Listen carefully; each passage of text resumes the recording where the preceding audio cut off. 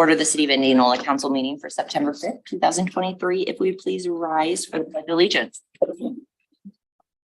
I pledge allegiance to the flag of the United States of America and to the republic for which stands one nation under God, indivisible, with liberty and justice for all.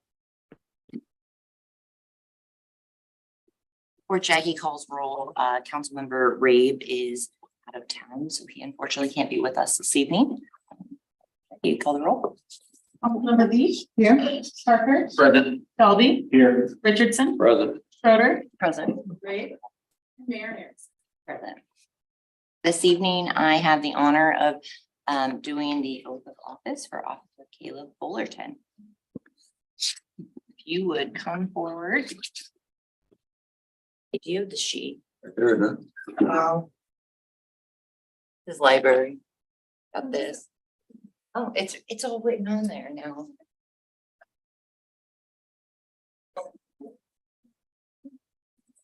Yeah. By the way. She wants to be in the. Would you move that chair? So I'll have you raise your right hand and repeat after me. Look at that, just tell me to stop. I do that a lot. I, Caleb Fullerton, I, Caleb Fullerton, do solemnly swear do solemnly swear that I will support that I will support the Constitution of the United States the Constitution of the United States and the Constitution of the State of Iowa, and the Constitution of the State of Iowa, and that I will faithfully and that I will faithfully and impartially, and impartially, to the best of my to ability, the best of my ability, discharge all the duties discharge all the duties of a police officer of a police officer of the City of Indianola, of the City of Indianola, Iowa, as now or hereafter as now or hereafter required by law. required by law. Move forward.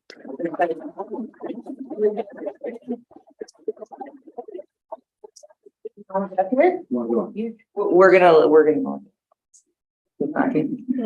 Get that logo in there, okay? Thank you. Welcome aboard. I'll be over there and Jackie. Sign that and then I'll scan it and then get it first time. Share. I should have stayed on the other side. We'll let the officers exit first. Thank you.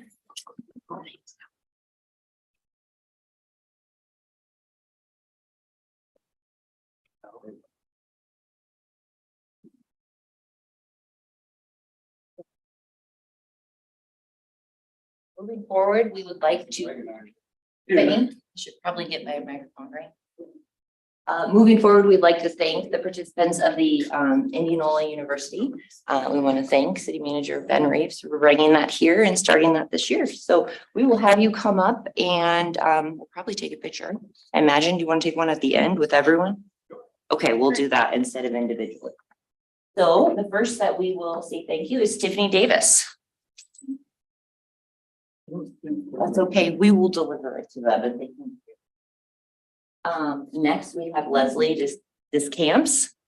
Say that right, Leslie? Descamps. Well, thank you. No about you. All right. The next one is Ashley Foster. Won't make you stand. Lisa Harms. Strike it out, okay. That's okay, it's a bad, we understand it's a busy time. Janet. Is Janet here? Can I say, I'm gonna say it wrong. Go ahead. Halovac? Plavacek. I'm not even gonna try again. How do you say it? Check. Plavacek? Lavacek. Lavalchek. Well, beautiful last name. I'm gonna say it wrong.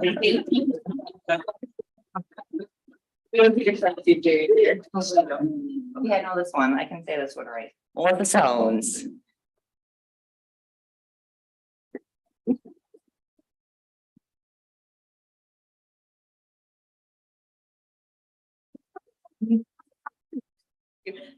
Great. And our last is Jason Trotter. Jason here. There's Jason. You were back in the corner. I didn't even know you were here. Thank you. You guys want to come in into the center?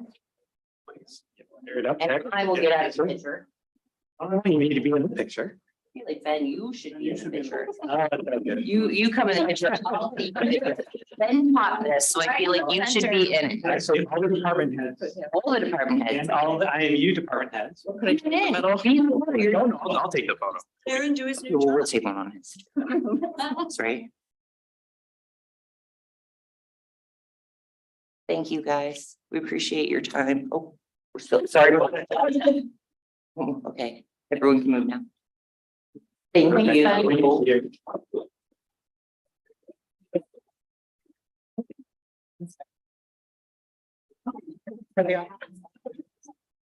Last name.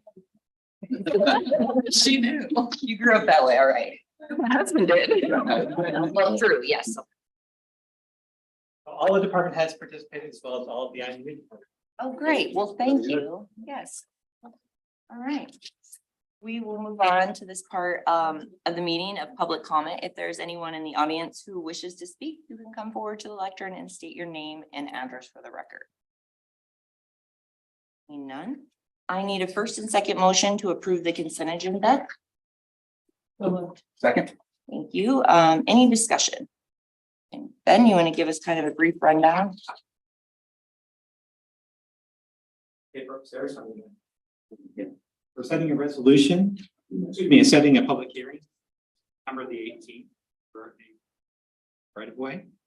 For block in Sept Avenue.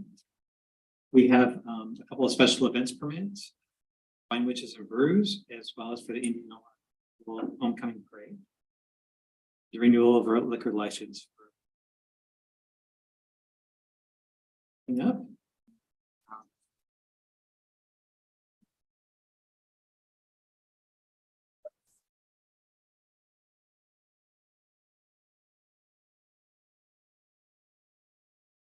We also have a resolution approving a projection sign over a public right. Sale. New front end loader. Councilman Richardson has some questions about that. Yep, we got to take care of, no, perfect. And waiting for what's a lot of survey for Chad Daniels.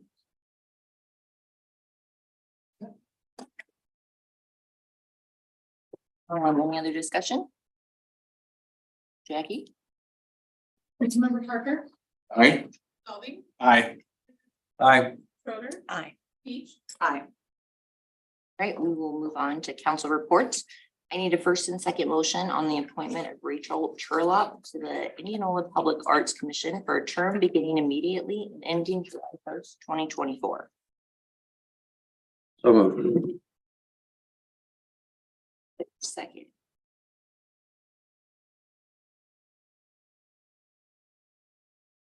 We will move on. I need a first and second motion on the reappointment of Tim Bryan to the Downtown Square Commission for a term beginning July 1st, 2023 and ending July 1st, 2026. Second. Any discussion? Jackie? Member Parker, Aye. Dolly, Aye. Aye. Schroeder, Aye. and Peach. Aye. Next item is item C. I need a first and second motion to receive and file the July 2023 EMS billing activity report. So moved. Any discussion? I see Chief is already ready to answer any questions, Ron. I got nothing for you, chief. We appreciate the questions. All those in favor say aye. Aye. Opposed? Great. We'll move on to the mayor's report and the community update. We, school got back in session this past weeks now. We're on our second week of school. Mayor's Youth Council kicked off and we received 36 applications to fill 5 spots. So they began going through those today. The students go through them. All of the information on the applications is blacked out for identifying factors, and then they chose 18 that they want to interview. And then they will whittle that down from there. So very excited that that's taken off, and we have a lot of exciting things to work on with different departments and ways we can help out. Other than that, our meeting this evening, our joint meeting was canceled and future date to be announced. And Habitat for Humanity did their house dedication on Monday, the 28th, to a wonderful family. Steve, partakes in building. So him and Deb were there, but a wonderful family who's very grateful for this opportunity. So it's great to see them home. We also got a lot of thanks for the West Boston. Yes. Yes, they're very excited. That has been moving forward. Basement is poured now. Mhm. They're working on the garage. So the neighbors are thrilled on that area. All right, we will move on to a proclamation declaring September as Library Card sign-up month. And I want to thank our head librarian, Michelle Patrick, for bringing this to my attention, because there's oftentimes where these things fall through the cracks and we don't mean them to. Whereas libraries play a crucial role in the education and development of children, fostering literacy and the love of reading. And whereas libraries help people of all ages navigate the complexities of life, providing access to research, information, and government services that allow everyone to lead more productive and fulfilling lives. And whereas librarians contribute to a strong local economy by providing access to the technology and training that are critical to the success of job seekers, entrepreneurs, and students. And whereas libraries are welcoming and inclusive spaces for people of all backgrounds to learn together and engage with one another. And whereas a library card sparks creativity and empowers all people to explore new passions and interests and pursue a path of lifelong learning. And whereas the libraries are a cornerstone of democracy, promoting the free exchange of information and ideas for all.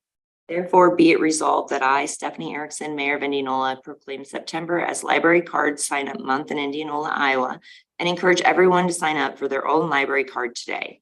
And witness whereas I unto set my hand and cause the seal of the city of Indianola this 5th day of September 2023. Everyone go and get your library cards. All right, we will move on to item C. I need a first and second motion on the appointment of Judy Pauley to the Parks and Recreation Commission for a term July 1st, 2023 through July 1st, 2026. So moved. Second. Any discussion? Jackie? Councilmember Beach, Aye. Parker. Aye. Dolby. Aye. Richardson. Aye. Schroeder. Aye. Right, welcome aboard, Judy. Item D, I need a first and second motion on consideration of an appointment of Marcy Hahn to the Parks and Recreation Commission for a term beginning July 1st, 2023 through July 1st, 2026. So moved. Second. And any discussion? Councilmember Beach, Aye. Parker. Aye. Dolby. Aye. Richardson. Aye. Schroeder. Aye. I'm aboard, Marcy. Moving on to public consideration. Item A under old business is 1101 West 12th Avenue. I need a first and second motion to open the public hearing regarding a request for Austin Sanford and the A-Line de Casa for rezoning from agricultural A1 zoning district to a single family residential detached R1 zoning district for land located at 1101 West 12th Avenue. So moved as read. Thank you. Second. Jackie. Councilmember Schroeder. Aye. Aye. Parker. Aye. Dolby. Aye. Richardson. Aye. Charlie. The public hearing obviously is for the rezoning. This item has both the rezoning and a PUD survey approval. Presentation, I have some kind of mix both of those together. If you have any questions at that, we can answer as we move along. But Austin Sanford and Aline DeCosta have submitted a plat of survey and a rezoning request for their property at 1101 West 12th. Subject property is currently a vacant parcel. It is located in the A1 zoning district, which requires a minimum of 15 acres to build upon. Parcel in total does not contain 15 acres, so that is why they are asking for rezoning. They are proposing to split off a 0.6 acre lot, and they would rezone that portion of this total parcel to the R1 residential. This one shows the proposed plat of survey that they are showing. You can see 12th Avenue just on the top of the screen there. So the plat of survey is oriented towards the north top. Plat is being subdivided again to accommodate a future single family parcel A. And they're proposing to rezone to the R1 residential. The remainder of the lot will remain as vacant and zoned. This map here shows, first of all, the comprehensive plan, future land use map on the left-hand side. You can see the area that parcel is located in is squared off there in that blue right along 12th Avenue, but it is shown as low density. The map on the right is just an aerial photo, a few years old now, but generally that parcel still looks the same. So, Charlie, maybe I missed it. What's the total acreage of that entire park? you're putting me on the spot here. Yeah, that might be it. 4.5. And I can double check that No, that's when we fine. get done here. That's probably about right looking at it though. Okay. And then this one shows on the right-hand side, the current zoning map. You can see in the green color, those are all the A1 zoning districts. And then when you look at the yellow color, those are the R1 zoning districts. So this general area does contain a lot of property that is zoned R1 residential. Planning and Zoning Commission did consider the rezoning request and the plat survey request, and they are recommending both be approved to the city council. And we did want to note, and I think that was included in your packet, that the applicants have asked for both second and third considerations to be waived on the rezoning requests. So council may consider waiving the second and third readings of the ordinance as well. So if there are any questions on the rezoning or the plat survey, I'd be happy to answer them. Could you speak to the driveway piece of it?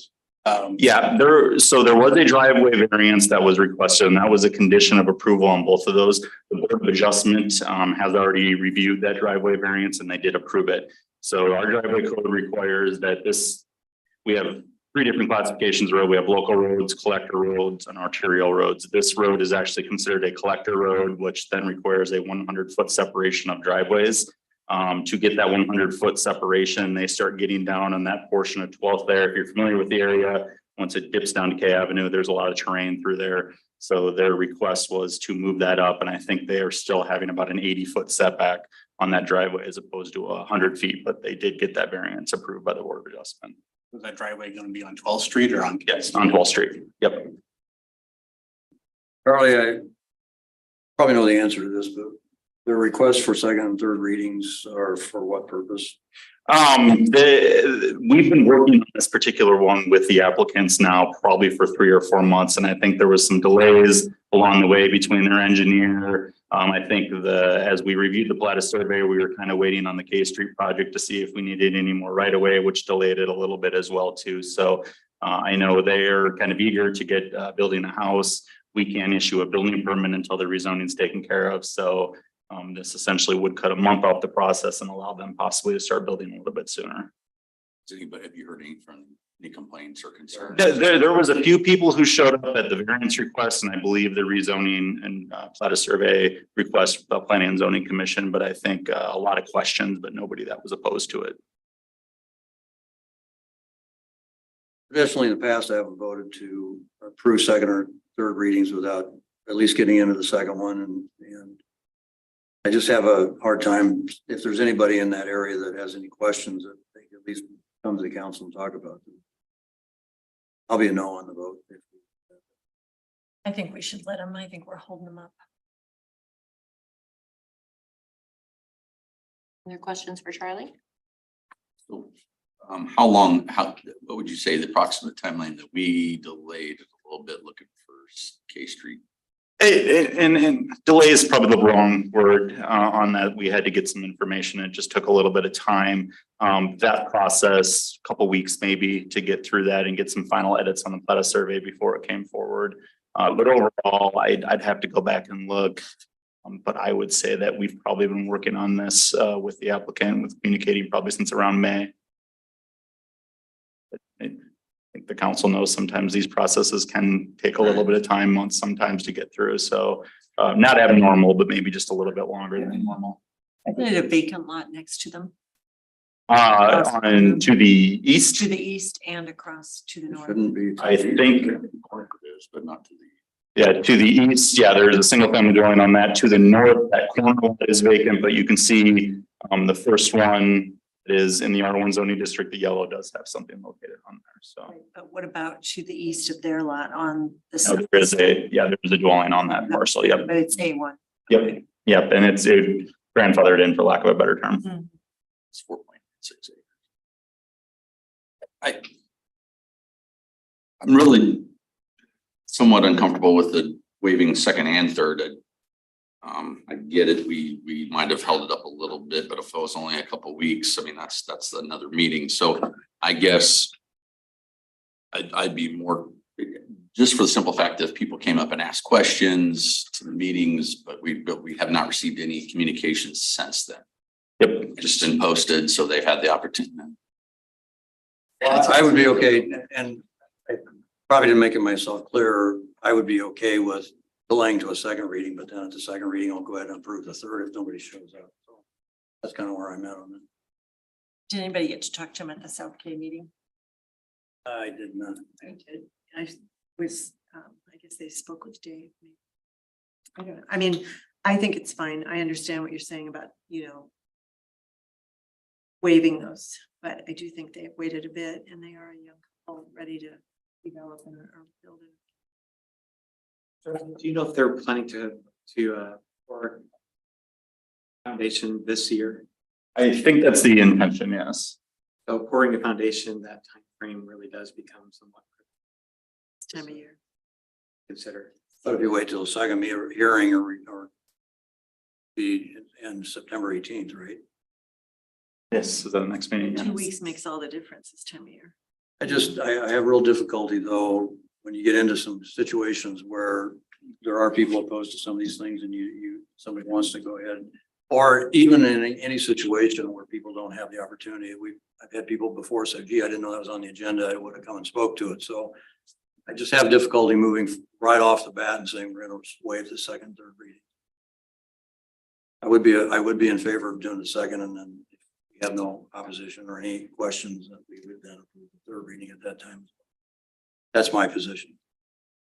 I guess I'm all in favor of it. I don't have an issue with their project. I'm all in favor of it. I just, there's a reason why they put these things in law and I get, I've waived my fair share over the years. Yeah. And neighbors have been notified, right? Not of this meeting, but they Not are of notified of the the planning and zoning commission meeting, yes. Well, and this one, we publish in the paper, a public hearing, that we're required to do that by law, but we don't notify individual neighbors. Signs are put on the property line as well too, correct? Yep. Yeah. That doesn't include dates or anything like that. That just says, hey, rezoning is proposed, please contact community development. And I think we give our number and email address. I mean, I think that the neighbors around there know what's coming, considering, across the empty lot that's across on the other side of 12 is well-built homes, Inc., which I imagine is a development. This is probably better than lots of houses added on. I guess. So we need to close the public Yeah. hearing. All right, is there anyone here in the audience that's wishing to speak? Come forward. Seeing none, can I get a first and second motion to close the public hearing? Second. Jackie, I'll let you figure that one out. Yeah, Jack, you can figure that one out. Councilmember Beach? Aye. Sorry, Schroeder. Aye. Beach? Aye. Parker? Aye. Dalby? Aye. Richardson? All right, I need a first and second motion on the first consideration of request from Austin Stanford and Kaylan DeCasa for rezoning from agricultural A1 zoning district to a single family residential detached R1 zoning district for land located at 1101 West 12th Avenue. Second. All right, any more discussion? Jackie? Councilmember Dalby? Aye. Richardson? Aye. Schroeder? Aye. Beach? Aye. Parker? Aye. Dalby? Aye. Right, is there a desire to waive the second and third reading, or should we wait till the September 18th? Shirley, did they request that we waive? Yes, they did request. Yep. I will make a motion. Make a motion to waive the second and third reading of this ordinance. Is there a second? I'll second. Okay. Any other discussion? Jackie? Councilmember Beach? Nay. Parker? Nay. Dalby? Aye. Richardson? Hey, Schroeder? Aye. Right, motion fails, but we will readdress that at the September 18th meeting. Moving on to item B, I need a first and second motion on a resolution approving a plat of survey for Austin, Stanford, and Elaine DeCasa for property located at 1101 West 12th Avenue. so moved. Jackie? Councilmember Schroeder, Aye. Beach, Aye. Parker, Aye. Dalby, Aye. Richardson. Aye. Moving on from there, I need a first and second motion to strike the public hearing for complaints filed with tobacco sales permit violations for ND North, number 928, 1201 North to Jefferson Way from the agenda and accept acknowledgement settlement agreement. So moved. Second. Second. Discussion. Jackie? Councilmember Beach, Aye. Parker, Aye. Dalby, Aye. Richardson. Aye. Schroeder. Aye. Under new business, I need a first and second motion on a resolution approving a major site plan application for an expansion to an automobile sales area for Yarman Ford located at 2406 Jefferson Way. Second. Bradley. As you mentioned, this is for a site plan for a vehicle sales lot at Dearman Ford, 2406 North Jefferson Way. The subject property does currently operate in an automobile sales fashion. This site plan would allow for an additional approximately 6,500 square feet of impervious surface area to allow for a car display lot and electric vehicle charging stations. The site plan is included here on the screen on the right-hand side. One thing I did want to note to the council, as we reviewed this, we are not considering this a normal parking lot where you have curb landscape islands, pavement markings and things like that. As this is the vehicle display lot, it is not generally going to be a lot that is available to the public. So we wanted to kind of treat it as a portion of the use of the automobile sales lot. So mentioned that the site plan does propose a future impervious, or excuse me, additional impervious area to provide for a new car display area. This shows the comprehensive plan designation on the left-hand side, which shows it as regional mixed use, which would fit, or the car sales lot would fit that. And you can see it is zone C2 highway commercial right there. And if I come back here, just that general area where they're looking is currently that gravel parking area that is on the kind of the bottom area. And if I point on the screen, and it doesn't really show it on there, but it's just right above where Crest Avenue is written on the screen here, just right above that area. So the Planning and Zoning Commission did review this and does recommend that the request be approved with conditions. The condition being that upon the completion of Willowcrest Avenue, that 4 shade trees and 9 ornamental trees must be planted according to the City of Indianola Landscaping Code requirements. We did look at this. Our code does have landscaping requirements. They are not providing any landscaping at this time. I think staff's intention, staff's wishes as working with the applicant was to provide these along that Willowcrest corridor. So when that is developed, we do have some trees along that corridor. However, we didn't want to go too soon on that because we know when Willowcrest goes in, there's going to be grading that has to take place that could potentially take those trees out. So we did want to delay that until that project was completed. With that, if there's any questions, I'd be happy to answer them.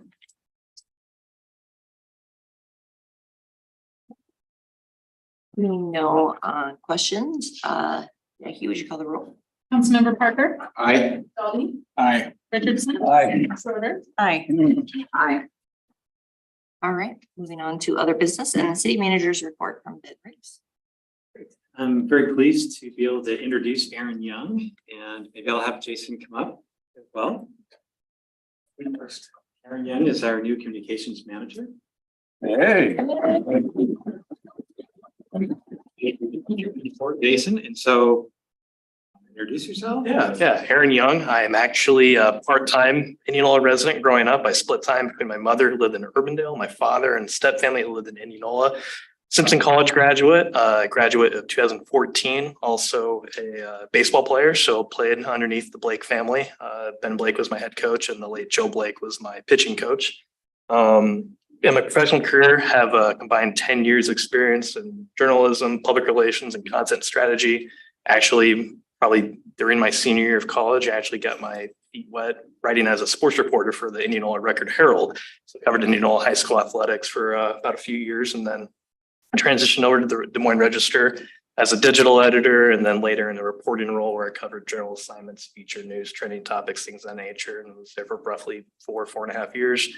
then left to go join the communications office for the West Des Moines School District, and then previously worked for a full service marketing agency called Bing Bang in Waukee. Was there for 2 years, and just so grateful and humbled for the opportunity to serve the city and to work alongside all of you, as well as the individuals and the folks who are behind me and all throughout the town. So excited to just be a sponge, soak up all the conversations and meet all the great folk here, and just, yeah, keep learning and growing. Welcome aboard. Thank you. Thank you. Thank you. See you. You too. I don't have anything to add to that. The laundry list on his plate is huge, but we appreciate him starting today, first day on the job. But came in on Friday or Thursday. Friday. We'll paint party. Had a painting party, painting his office with all the staff. Very cool. And he came right after we had to finish our recent articles, right? Where we need your help at. That's right. Magazine. I'd like to ask Charlie to come up and give an update on the square project. Good evening, once again. Yeah, quick update on that. And I'm going to start with the south alley, as that's the one that we've had closed the longest. Absolutely, we did meet with them on our weekly construction meeting. They are anticipating having that open by next Friday, so not this Friday, but that would be Friday, what's the date? 15th, maybe? Is that right? Yeah, so anticipated in doing that. They've got a little bit of some brick pavers yet to put down in the parking lot. They've got some fill that they need to put in between the main alley and the buildings, and then do all the pavement marking, signage and everything like that. So that has progressed, I think, a little bit quicker than we thought it would at this point in time with the delays that we've seen, but should be open by next Friday. The north alley being the next one, that's going to have a little bit of a shorter duration since it does not have a parking lot included with it. But as we talk today, we're kind of aiming October 13th, which is a Friday. So Friday the 13th, we should hopefully have that open. And then the west alley. So we had previous conversation with council about that, about delaying that until next year. Thankfully, weather's cooperated. Mid-Americans moved pretty fast on their portion of the work. So Absolute is looking at possibly starting some of that alley still this year so we can stay ahead for next year. And that would really include the major utility work that needs to take place in there from Absolute standpoint. So it's going to kind of be something that we kind of play it as we go along to see what's happening. Second, we see some weather in the forecast that is not favorable. We'll close it down at that point. We'll probably just put gravel back on top so we can still use it during the winter months. And then in the spring, come back and do that. So we're pretty comfortable with this at this point in time. And I know it's going to take some communication from us to the business owners, as we've already told them that we're going to wait. But I think, and Ben, you can speak to this, when we talk to the business owners, I think most of them were okay that it was waiting to 2023. Nobody was like, yeah, that's great. This is going to be perfect. So I think everybody should be favorable if we do start some of that work yet this year, but that also is going to mean that hopefully next year we're finished a lot sooner. So. Walked down through the south alley the other day talking to a client, and that is really cool. Yeah, It's very sharp. I like the pavers. It's just really nice look. The other thing I wanted to mention, I guess I didn't mention, is the pedestrian alleyway between Buxton and the west parking lot. They have done the removals in that. That should hopefully be wrapped up here pretty quick. There's not too much work that needs to be done on putting that one back together, but that is also going to be an improvement because that alleyway was in pretty rough shape. So. You were talking about the arches. I asked you about the arches earlier, so that's still in play. So we worked with Absolute on giving them a little bit of an extension into next year. They did agree to take that on. Bolton and Mank and Absolute have been working together to get some names of possible contractors that could do the work. Absolute's going to have to still reach out to some of those contractors and try to get some pricing, and that'll come back eventually as a change order to the council to add that project on. So they are still working through that. I did confirm that today. But I think from their standpoint, they anticipate that would start next year and just kind of be some spring and summer work. So it hasn't been a top priority. They're trying to get some of the stuff wrapped up this year, but again, it is on their radar. And then like Salem Court, and are there any updates planned for that? I mean, I don't. Yeah, so in the question you asked today was on the lighting of those. We do potentially have a plan on that, nothing that has 100% put in place, but IMU, as part of their undergrounding, they are putting some conduit in there where they can run wires to essentially put outlets in there to give us some just kind of broaden what we can do with those alleys. But I think the thought process, as we've talked to the Downtown Square Commission, Parks and Rec and everybody, is that maybe doing some string lights through there. There is concern with maintenance on string lights and what that would take. So we're kind of working through some of those issues. Plus, to hang them, we've got to get permission from the adjacent business owner, building owners, to be able to put that stuff up there. So we haven't quite gone through that process, but obviously IMU's putting their conduit in the alley as we speak and getting that done. And then I know they anticipate on pulling those wires and putting them underground at some point in the future. But until we get those wires underground, there's not going to be a power source in all of those alleys. But the one thing we did talk about with the Downtown Square Commission is just making sure that we do have consistency in those 3 alleys and how they're lit. Yeah. Yes. I know there's been some concern as well with regard to some of the infrastructure work that we're going to do on the west side and the impact that will have on the West Annex building. I was in contact today with the structural engineer that's doing the work out there, and his report will be coming back to the county this week. So we're going to be taking on these prerequisite components of the project on the west side, the shutting down of B Street to replace one of the manholes for a few weeks. Looking at the infrastructure over by Nakon, as far as sewer is concerned, doing some of the major things that would solve the problem, but we want to be extremely sensitive to whatever we do as far as compactions out there to make sure that we don't have a negative impact. So that's one that it's short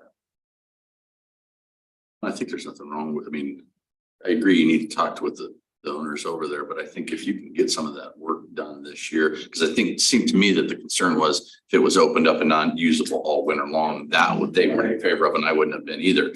But if you can get some things done and then fill it back in, put some gravel over it, use it all winter, then I think they would be in favor of it, I would assume. Yeah. So. And they're looking at starting sometime next week, and they really need about 2.5 months to finish that work. And that puts us right around mid-November to late November.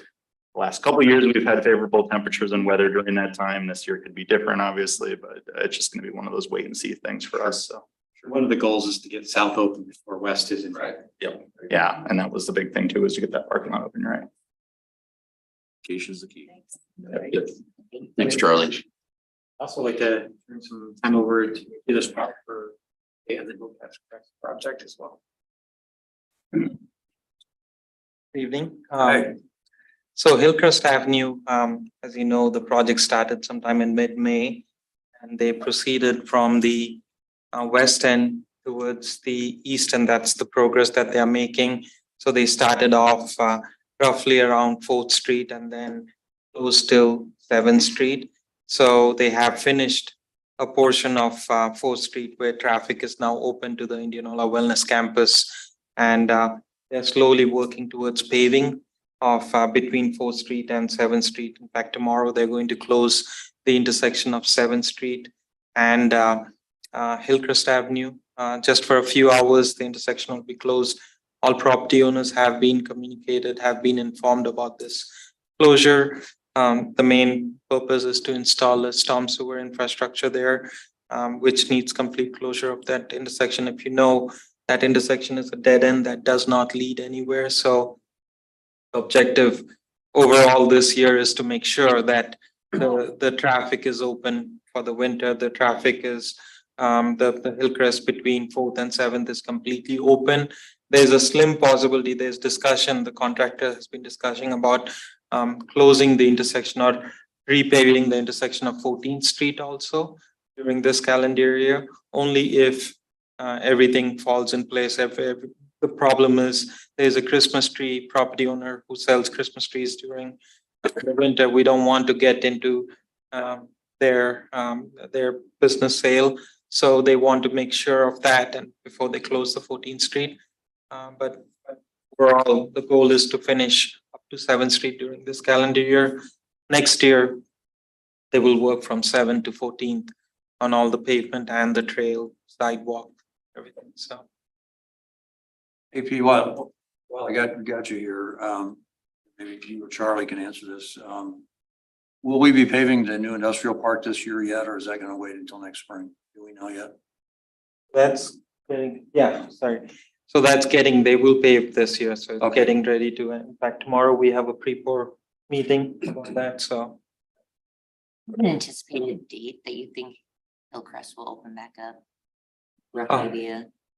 So that's, I mean, they are still paving, there's still signage, pavement marking, if I have to guess, the 7th Street.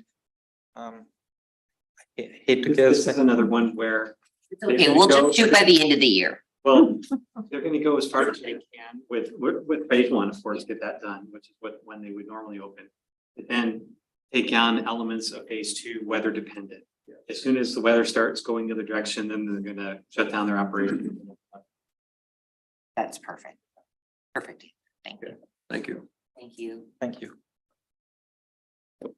Great. Couple of, several other things to go over really quick. Andy wanted me to mention that the Home Serve USA, that's the program, Super Laterals, is sending out a letter on September 6th, a reminder in September 20th. Just wanted you to be aware on that. Police Department is having a retirement party for Sergeant Scott Dwyer. That is going to be on September 7th. Department that's moving forward. It'll be at 1 p.m. at the Indianola Wellness Campus, public room there. So got to his retirement party. It's the 7th. 9/7 at 1.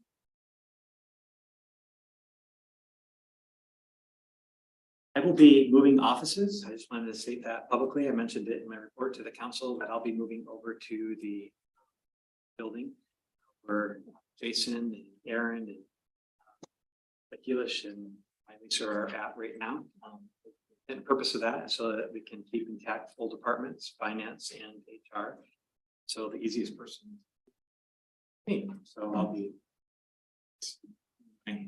work from there. The intent long-term, of course, well, not long-term, but intermediate would be for us to move our city staff over to the Optimate building. While we work on a new city hall, and long-term would be in the future city hall. So we're putting a series of plans in place towards that end. Wanted to appreciate Patrick Burke for being here tonight, filling in for Doug. So have him here. And then the last thing was I just wanted to open up an opportunity for the council to give some direction to the staff, specifically on the South K Street project. The last council directive, the directive by which we are moving forward is a full reconstruction of right of way pursuant to city standards as contemplated and designed. However, we know that we had the public meeting. In that public meeting, a lot of public concerns were voiced. And I know council members have been reaching out to me and likely out to members of the community and to each other. We also want to make sure that we're very open and transparent in reviewing all of their concerns. We want to make sure that we're doing very thoughtful and prudent manner, that we're ensuring that we're utilizing the taxpayers' resources appropriately as we possibly can. We also want to make sure that we're very respectful to INU and their timetables on whatever construction standards we move forward with. So, real question for us as city staff before we take the next logical step, which is to go knock doors. And the council's next logical step, September 18th, set a public hearing for second meeting of October, is to seek your direction on whether or not the city staff should be exploring alternative options. So on the high end, we have the full-on design. Of course, we've already scaled it back from the original design, but we have the design that we have in front of us. The concerns that was expressed is whether we should have a rural design standard or an urban design standard. Right now, our code only contemplates an urban design standard. Sanitary sewer is not in that area. But want to be able to look at that a little bit more closely. We recognize that sanitary sewer is really a component of growth. And until you see the plans out there, you don't know how to size your lines or where to put your stubbing in and whatnot. And there is means and methods by which we can put sanitary sewer in at a later date that would not impact whatever infrastructure we put in with this project. There's water infiltration issues with regard to storm drainage. Some of those issues, we do nothing, of course, we don't address any of those issues and those perpetuate. Have a culvert that has a rotten bottom to it. We have a ditch that can't have the capacity that's necessary to take care of the drainage. But some of the other grading work out there makes it so that we can have proper site distances and safety standards on the road. Those are things that maybe we don't necessarily need to take on, but we can take on those, we can handle that through signage. But we do need to make sure we take care of the drainage issues that would undermine whatever road improvements that we put in. There's also a discussion with regard to concrete versus asphalt and the need for a trail. Long story short, we want to make sure that we are working at your request. And we are deep diving into the areas that you would want to deep dive so that we can provide you the information for 18 in future meetings. So I just wanted to not necessarily have a discussion for which the public is not involved, and this is clearly an open public meeting, but really for you just to give us direction how we can best bring you. First question is going to be future development. So really going south, that's a flood. I'm not saying it right, Charlie. That's a floodplain down there. You can't build along the river, correct? There's floodplain along where our south of 17th Street. Through that area. You can build in the floodplain. It just takes a lot of effort, permitting, filling in and all of that stuff. So generally it's not best practice, but. In other words, chances of us moving south and growing south is probably pretty slow. It's more costly to develop that way. So I guess I've sat and thought about this and spoken with a couple colleagues on this, that maybe we do revamp and look at. I know we have standards. I know that, I'm all in favor of urban standards, but when you have a road that, lack of a better term, road to nowhere as far as development and future growth plans, that maybe we don't need full on urban design. Maybe we could get by with a rural, less of an impact. Anything, we're looking for something that's easy to maintain and knocks down the dust is what I'm hearing, because essentially most everybody could, if they needed to, could go to South R Street, so they don't have to be South Cape. I mean, what I'm saying is there's other ways around everything. So maybe we don't need that full on urban design, I guess, and we can back it off to. Certainly, we want to address the diversibility. We want to make sure that we deal with trust, and we want to deal with the dream. But there are different methods by which we can do that, each at different cost levels. And that's really the. Would you like us to dive deeper and to bring you more information back? I would. Yeah, I think so. I think that's really what the residents who are affected have always wanted. I didn't know that going away from urban standards was an option. So once I learned that, I fully support going in that direction. We would have to create some additional ordinances to create a road standard that would be a rural interface. You'd want to be very careful to make sure that it's only allowed in certain areas of town, because you do want to make sure new development has standards. But it may be a more cost-effective opportunity for you to either expand the amount of roads that you take on in the future that are not necessarily high growth roads, and do so in a less. Seems like it would solve a lot of problems. I was like you, I looked at some of the stuff from back in 2017. Or even Snyder had recommended that, Hillcrest be put forward in front of K Street because of the fact that it was less developable. But we have a huge spot platted out there. Wow, limited. I mean, when you say huge, I mean, yeah, we've got some houses that are going to be going out there, but any real future large, no commercial, Yeah. no retail. No, I live there. So I mean, I know. I know. What I'm saying is you're not talking about millions and millions and millions and millions of dollars, whereas there's other opportunities that we can probably take those dollars and put them other places in the community where we I could think get seeing those the middle of future- the road, seeing that would be really helpful. Yeah, I mean, the ship sailed that Hillcrest went first. I mean, that's really related to this discussion, you know. I mean, it's fine. It's done, almost And I done. needed to, it was. Right, which is what I'm saying, it needed to go first. Yeah, I mean, because we Casey- don't really need to discuss that. What we need to discuss is Bay Street and what we do there. We've just at a very high level explored some of the different options from do absolutely do nothing to options that are maybe a poor investment because they would be undermined very quickly. To options that are a good investment for the return on the investment to go for a 10 to 15-year period. It would be much more respectful to the needs of buying new because it would have less changes to the topography out there and allow them to come in or convenient for them on their schedules, to ones that are full on redesign with sewer. We're kind of targeting that middle range that we want to dive deeper into, but we don't want to move outside the purview and scope of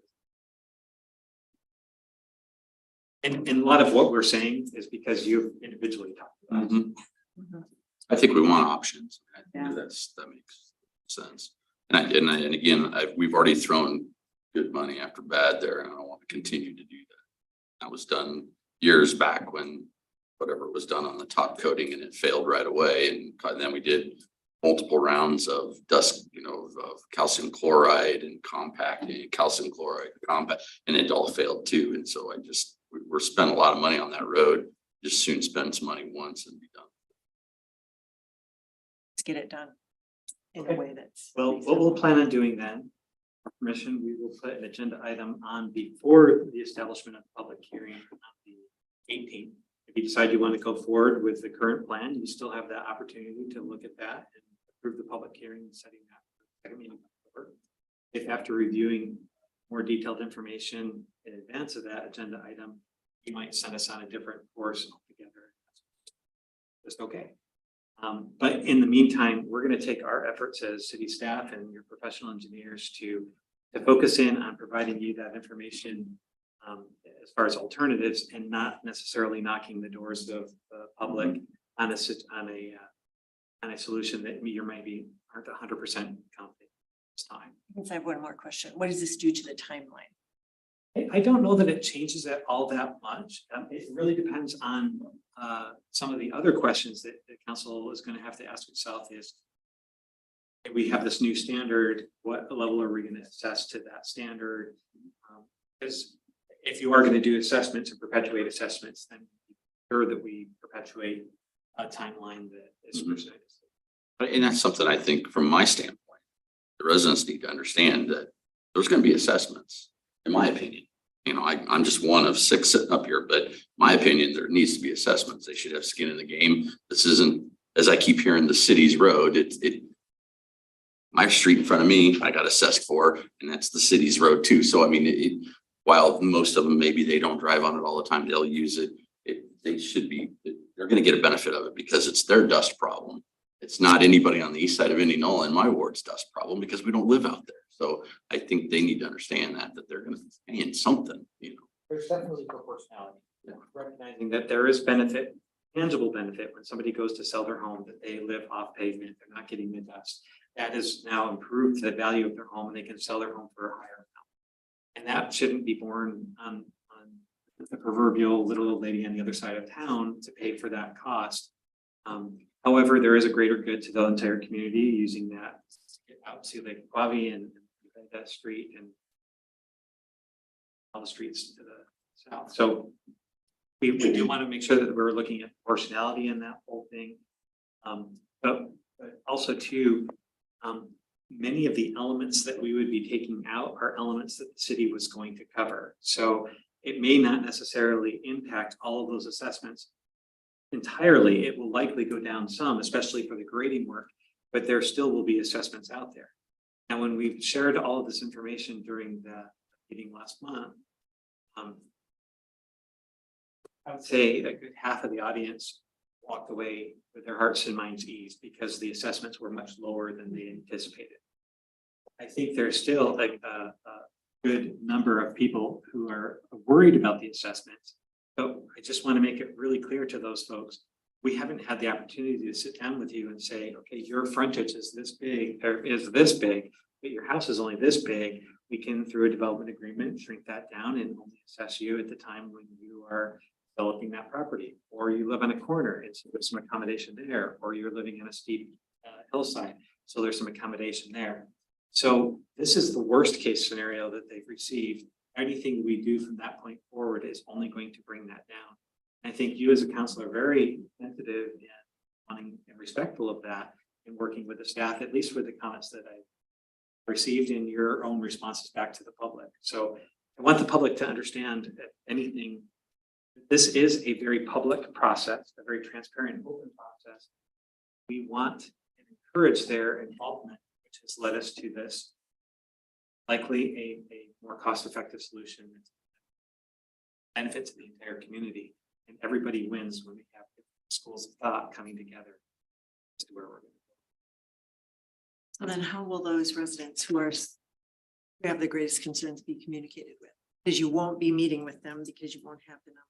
What we would likely do is put a communication out to those folks, either in to our existing on Facebook, basically that we are considering other options and that we discussion reviewing those options during the September 18th.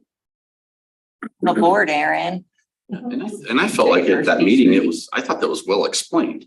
That what's happened I thought Dave explained it very well, that what's happened in the past when we had a situation where somebody had a very large and they only lived on this portion of it, we break it. I mean, I felt like he explained that very well. I think some people aren't wanting to listen. Professional and did an exceptional job. But, at the same time, I think there were some who were in the room. And so they still have some fears. I know that at least one report I saw on the news, they interviewed someone who I didn't remember seeing in the room. So. But Dave explained that 2 times and I witnessed it. So I think it's just Yeah, but you gotta think Fear. too, I mean, when you're looking at being assessed those numbers, you're not always actively listening.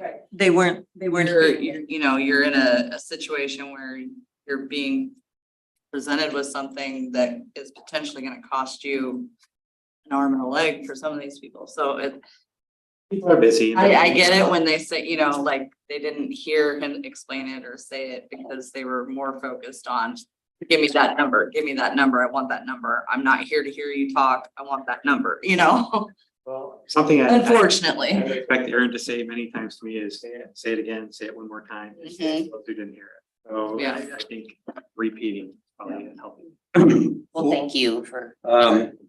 So what are the options we're gonna have them explore? We're gonna have them explore asphalting the road. We're gonna have them exploring concrete with the rural design, removing trail, removing curbing and gutters. Is that what we're doing? So there's a whole from the top end to the low end. The low end ones would be a double chip seal or asphalt on top of the existing surface. We don't think those are good options. Asphalt on existing surface would only last about 5 years at best. At best. Well, and there's other options there where you limit truck traffic. That could be, make it last longer, but then it impacts the neighborhoods. There's the next layer would be to put some sort of a subsurface in that makes it a more durable subsurface that makes it more traversable, and then you put a good 3 to 4 inches of asphalt on top of it that would following a rural design where you put poured up with rock on the sides. You could even go to a wider 35 feet and then still provide bike lanes on either side and use paint instead of actually having cuts for the veteran sidewalk and all that type of thing. Whatever we do, we want to make sure that we that ditch and replace that culvert and take care of the intersections that we could take care of. And if there's any grant funds that become available on 92, those are leverage dollars. We want to make sure we put dollars for that because we're multiplying our own investment.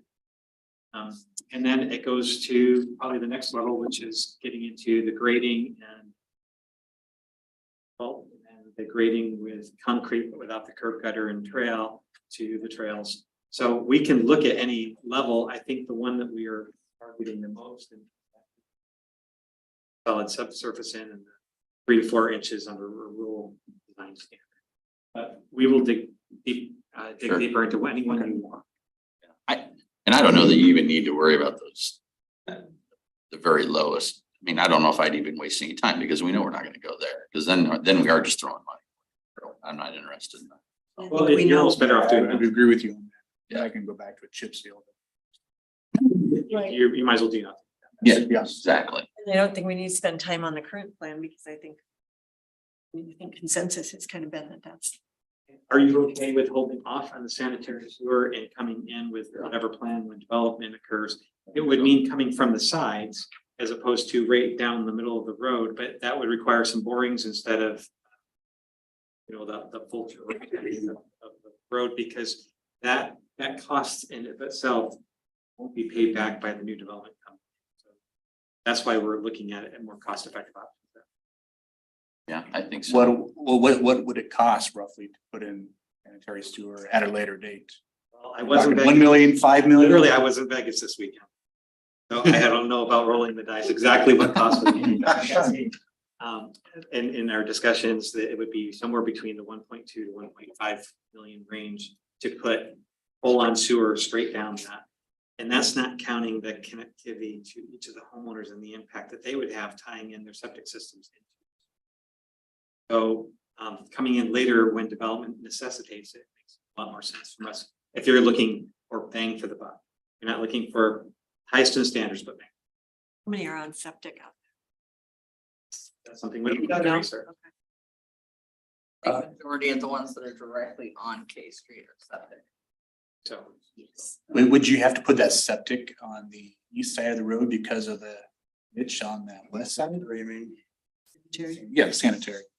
My only reason for asking that, because there's a house that literally is so close to the road down there, just north of Jehovah Witness Church down there that, they were talking about kind of veering that road towards their property, and if put a sanitary sewer at a later date, you're gonna be boring right across or right up to their siting basically. So and it depends on what do we leave as sanitary sewer, if there's certain areas where it makes more, or leave on septic, certain areas where it makes sense.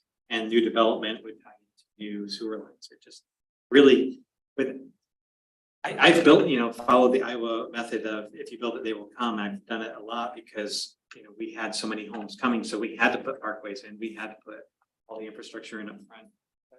Also had a really good idea that 400 acres were out there and how it was going to develop out and the zoning, and so we knew how to upsize the lines. And without that information, it makes it really challenging to plan for sewer. You pretty much guess on where you're going to put your stubbings. I have to say, based on our agenda for tonight, I had some concerns about where this discussion would go. I'm fairly uncomfortable, but I think that all items are on the table. I would think, based on some of the thoughts and conversations that we've had with engineering and other folks as well, that we should also include in the discussion, and Ben, that we need to have some options for any excess funds left over as to what we're going to do with those excess funds, priorities that, whether it's in conjunction with IMU and what projects they're working on, or whether it's a culvert out on West Orchard, what is that street right out north of Orchard? Yeah, north Orchard, West Orchard, or even Willow Crest, or whatever we're looking at, or other projects. But those funds could be used in that way too. And I think the other thing that, I know it's kind of maybe even a silly argument, but if we have additional funds, does that include then down the road West 17th? And we made that promise 20 years ago to pave that for those folks as well. And so I think we have to take a look at a whole litany of options if there's any additional funds left over on this project. But, since I was the one that brought up sanitary sewer issue, I think there's some options here. There's some compromises available, but again, I didn't know we'd be heading down this road on this discussion. I appreciate each of you individually reaching out. Your concerns for the residents who've reached out to you and proves you want to move forward with this project. And the humility, actually, because sometimes when we have projects that we are set with we think that's the only option in having a good diversification of thought makes it so that you can make a more cost-effective solution to open up dollars for other projects. This is very healthy and very good, I think, model for. I think the discussion, that I've had with people has been very good in looking at different options as well. And people in the community and people that don't have a vested interest in K Street, but yet have a vested interest in some development in Indianola and something else. But I have a little difficulty in the fact that this wasn't an agenda item. I'm going to be clear about that. And I made that clear with Ben this morning, and where we went down with this, I think K Street folks could have been notified and should have been here. I talked to Stephanie about that last night, but I think all of our discussion was good. Don't get me wrong. That's not what I meant. I just think it should have been an agenda item. We just felt like we were a little bit afraid to do that, and I totally respect that. And I want to make sure that we're very transparent in everything we do. We didn't want to be presumptuous of you, the council, as the directive you've given until you tell us to go a different direction. Respect the fact that council has spoken. So this now gives us new opportunities for new things to bring that back when the public can be. I don't think anybody would really object to the fact that So this is what We're they're, giving- this is what they're This is what asking. they for. want. this is what they want. They- So they I understand that, and I'm not arguing that. I just, again, it's, You have a valid point, Yeah. but, and I know, this is what they wanted from the beginning. well, and obviously I've come a long ways with some of the discussions with some of, the staff and everybody else as well. And I'm not a firm no on not doing anything, obviously. So, but I just think that, in discussions, we need to make sure that in the future, are we talking about making sure that we have infrastructure in place before we do a paving project of any type? And if it's not feasible and it's not financially possible, then that should kind of eliminate that particular street from that particular project.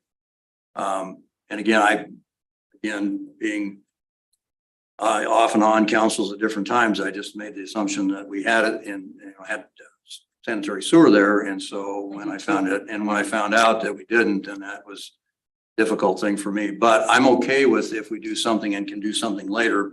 And the point that was made about boring and doing things differently, once we find out what really is there, makes a whole lot of sense to me financially. But I don't think we should also eliminate any options out there as far as other projects. I know it's a really crazy thought, but maybe we'll have 5 new supervisors or 5 different supervisors in a year's time. And is there some way that we could even look at doing economies of scale if they would think about maybe taking that on out to Nevada Street? And we could then contract with one contractor, 2 separate projects, county project, city project, but is that something we could do economies of scale? But again, and my concern too is truck traffic. And I mentioned this to Ben this morning. Obviously there's going to be loaded and unloaded truck traffic on a 3 or 4 inch asphalt roadway. What do we do to make sure that we can protect that? Because if that breaks down a lot faster than our maintenance costs over a long period of time, you got to keep that in mind too. With asphalt, you have to maintain it. And it's just like anything else. You've got to maintain your car. You got to maintain the asphalt. Concrete's a little more durable in that sense. And I understand the difference and why we want to do that. But again, I think the point is that there's a lot of things that we have to consider and move forward. And believe me, I've been listening to the residents out there, and I've met with them and talked with them as well. But again, how many? Yeah. There was probably 8 at that meeting that I went to in the backyard out there. And I talked with probably 13 or 14 at the meeting. Yeah, I think we need to make sure that we're talking to the people on South K, but also the people in the neighborhoods that are affected by it, not just the residents on K. Well, I think. Well, I mean, I met with about 10 people who actually live in that neighborhood, not the people on case. So, And I have 2. and it's not, just the people on K Street. Oh, no, I know, but I mean, I think that's the point is, and I did talk to some of the residents in that neighborhood, not on K Street, a couple on K Street today and told them that tonight to try and catch the meeting tonight because there would be some options mentioned. And they're also really, this is what we wanted from the beginning. They don't want nothing done. And I think that's my biggest concern is I'm afraid we're going to slow this down.